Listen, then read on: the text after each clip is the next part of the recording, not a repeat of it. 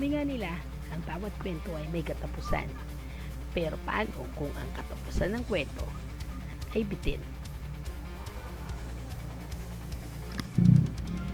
Ito ang kwento ng mga hindi natapos, ng mga sandaling muntik mawala, pero muling binuhay sa alaala, sa damdamin at sa puso.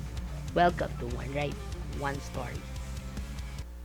Ako nag-sticker na eh. Next time, kaya pagbalik ko. Tapos aakit tayo doon. Tapos samahan nyo ako. Ilang kayo?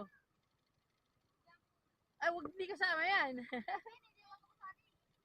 O pag ano, pagbalik ko na lang.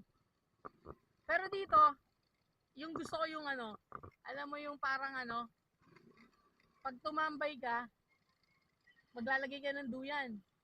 Tapos makakatulog ka. Tapos sa susunod na buwan ka nagigising. Okay? O, sige na. Oo, galingan yung mag-aral ha.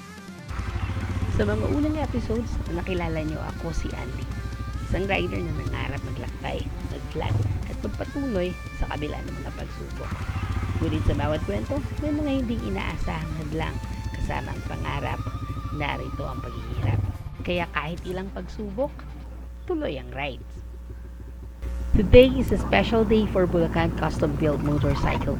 9 years of building not just bikes, but a solid community. Hindi lang makina, brotherhood, kultura, at respeto ang nabuo. Habang naghihintay sa ibang miyembro, may isang motor na tumawag ng pansin ko. Benelli Imperiale 400, classic looks with a rebel soul. 400cc single cylinder na may old school charm pero reliable ang performance. Hindi ito pang karera pero panalo sa forma at presence sa daan. Kung hanap mo ay chill ride na may vintage appeal at matibay na build, ito na yun pre. Retro bikes, modern soul. Pero pre, ang totoo, nawala ang footage ng interview sa may-ari ng astig na motor na to. At doon ako kinabahan. Alam mo yung pakiramdam na parang may mahalagang bahagi ng kwento na hindi mo na maibabalik. Pero tulad ng bawat biyahe, hindi mo man makuha ang lahat ng footage, basta buo ang puso, tuloy pa rin ang kwento.